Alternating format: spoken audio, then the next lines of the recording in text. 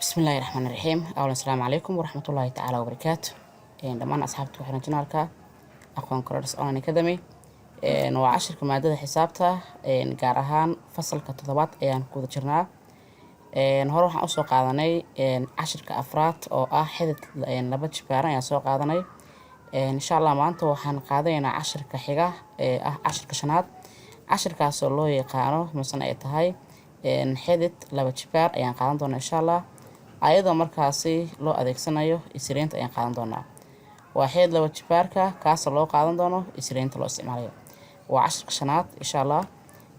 markaa haddii aan guda galnaa cashirka si aynu markaas u helno xidid markaasi laba jibaar ah ayadoon markaas adeegsanayno habka isreynta ah waxaynu markaas raacaynaa talaabooyinkan soo socda. talaabooyinku waxay tahay tirada markaas lagu siiyay u tibaax taranta isra mutaxa marka u tibaax labo ka dhig lamaane isreyn waxaa ka dhigaysaa lamaane israda markaas isku midka ah. saddex taranta israda mutaxan lamaane kasta mid ka qaado. taranta isra mutaxan lamaane kasta mid ka qaado. marka taranta ku soo baxday lamaane kasta waxa ka qaadanaysaa mid hal ayaa ka dooranaysa oo kaliya. tusaaladii ku soo baxdo labo lagu dhuftay labo lagu dhuftay labo oo kale labadan hal ayaa ka qaadanaysa oo kaliya.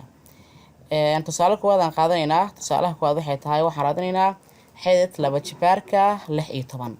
furfurisan ku sameeynaa ka hor intaan halkan usoo gudbin 16 ayaan LCM saaraynaa. waxaan leenahay 16 aan furfuraynaa. marka 16 waxaan u qaybinaynaa koo waxaan ka bilaabaynaa labo waxaa inta soo bixi doonta 8 waxaan u qaybinaynaa labo waxaa soo bixi doonta 4 waxaan u qaybinaynaa labo waxaa loo qaybinayaa labo waxaa u qaybinaynaa labo waxaa u dambeeya hal. laakiin waxaa ogaataa ayadoo tiradan laba loo qaybin karo lama kala maadi kartid. ma dhihi kartid 16 ayaan hal mar waxaan u qaybinaa 16 lama rabo. waa in lambar laba ka bilaada mar koowaad haddii laba ay diido lamarka loo qaybin karo raadi oo 3 ku xiji qaabkaas ku sii wad marka lamarkii qaybsamay karo. hadda marka waxa ii soo baxday labo labo labo labo intaba soo qaado. marka 16 leedahay waxay la eg tahay labo lagu dhuftay labo lagu dhuftay labo lagu dhuftay labo waxaana gelinaysaa xidid laba jibaaran geliyo calaamadeeda taas ahayd. marka halkan ku qoranta waa ka u tibaax 16 ka taranta isra mutaxan u tibaaxaysaa. kadibna intaa markaan qoro oo nidaamkan aan sameeyo waxaan sameynayaa inaan isku lamaanay isrida isku midka ah. intaan isku lamaanay isrida isku midka ah. marka intaan isku lamaanayay bracket aan geliyay intaan waxaan gelisay bracket. marka labadan hal ka soo qaado labadaane hal ka soo qaado. laba iyo laba isku dhufanaysaa. haddii labadan isku dhuftan waxa ka soo baxayso 4. marka 16 haddii lagu weydiiyo square root ka ma xididka maxay uga baxdaa waxay uga baxdaa 4. adigoo 4 intaadan qornin ka hor waa inaad shaqadan laakiin soo martaa qaybta inaad fahanto waan filayaa. waxaan gudbiyaa example-ka page-ka 16. page-ka 16aad waxaa ku qoran ama inala weydiiyo waxay tahay tusaalaha page-ka 16aad waxaan raadinaynaa xidid laba jibaarka tirada 100. waxaan la weydiinaa raadinaa xidid laba jibaarka tirada 100. marka 100 markaan raadinayna sidoo hore aan furfuraynaa 100 ayaan laba u qaybinaynaa waxaa soo baxay 50 50 laba u qaybi 25 25 laba ma loo qaybin karaa waa may. hadda koo waxaan sameeyay 50 ayaan waxa u qaybi 100 ayaan laba u qaybi waxa soo baxay 50 50 laba u qaybi waxa soo baxay 25 25 laba ma loo qaybin karaa may looma qaybin karo. marka labadan meesha noo saaran qalad u saaran tahay buuga qalad waa taas ma jirto. kadib waxaa sameynaysaa 25kii ayaa waxa u qaybinayaa 3 looma qaybin karo 4 u qaybi looma qaybin karo waxa u qaybsamaya marka 5 25 u qaybi waxa soo baxday 5 5 meeqa loo qaybin karaa 2 may 3 may 4 may 5 loo qaybin karaa 5 u qaybi waxa soo baxaysa hal. qaybta marka waxa haysataa waxa leedahay square root ah furnaysaa. inta waxa haysataa 2 lagu dhuftay 2 waa labadan qayb soo qaadatay labadana soo qaado. marka waxa leedahay oo lagu dhuftay 5 oo lagu dhuftay 5. kadib waxaan u tibaaxayaa mid kastaba lamaane isra isku midka u tibaaxaya. marka waxay noqonaysaa qaybtan labadan iyo labadan bracket soo gasho 5 iyo 5 bracket soo gasho. labadan hal ka soo qaado lagu dhuftaa leedahay 5tan hal ka soo qaado 5 ku dhufo 2 waxa ka soo bixaysa 10. saa darteed marka qaybka meeshan wuxuu safiiri intaan waa soo qaadatay 2 lagu dhuftay 2 5 lagu dhuftay 5.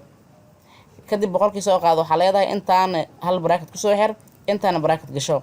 marka qaybkan bracket u soo gelisid labadan isku mid waa hal ka soo qaado labadan isku mid waa hal ka soo qaado 5 ku dhufo 2 waxa ka soo bixis 10 marka waxa leedahay 5 ku dhufo 2 equalkeedu waa 10 sidaa darteed marka 100 xididka waxay ugu bixi kartaa waa 10 ugu bixi kartaa xididka tusaalahaas inaad fahanto waan filayaa waxaan u gudbiyaa tusaalaha qaybta saddexaad waxaan raadinaynaa xidid laba jibaarka tirada 324 adigoo markaas adeegsanayo waxa adeegsanaysaa habka isreynta ayaa adeegsanaysaa marka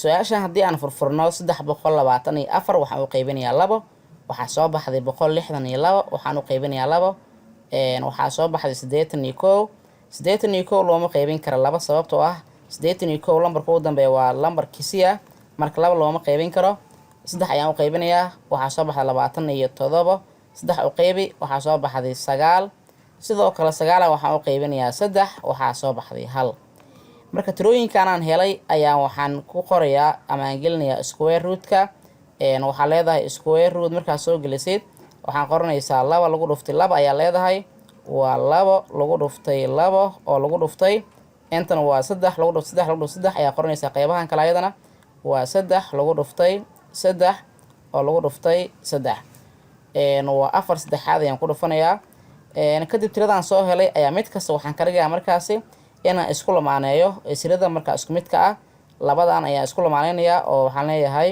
2 lagu dhuftay 2 bracket soo geli si lamid ah labadana bracket soo geli qaybtan kalena ayadana bracket geli ayadoo u dhaxaysinaysid qaybta ku dhufashada ah equal ayaa noqonaysaa marka labadan hal ka soo qaado labadana hal ka soo qaado sidoo kale labadana hal ka soo qaado tirada marka waxay noqotay 2 lagu dhuftay 3 oo lagu dhuftay 3 ayay noqotay sidaa darteed marka waxaa leedahay 324 waxay leeg tahay 2 oo lagu dhuftay 3 oo lagu dhuftay 3 equal waxay leeg tahay 2 ku dhuf 3 waa 6 6 ku dhuf 3 na waa 18 marka 324 xididka waxay ugu baxdaa 18 inaan fahanto waa filay qaybtaas kalena qaabka ayadoo shaqaysanna buugaada nidaamkan ayuu u qorayaa waana fahmaysaa insha Allah ciwaanka qaybta xigtana waa layli iska soo shaqeey insha Allah page ku xigna waxa wax qabad marka layligan aad fahanto isku day insha Allah raadi qiimaha xidid laba jibaarka soo socda ayaa raadinaysaa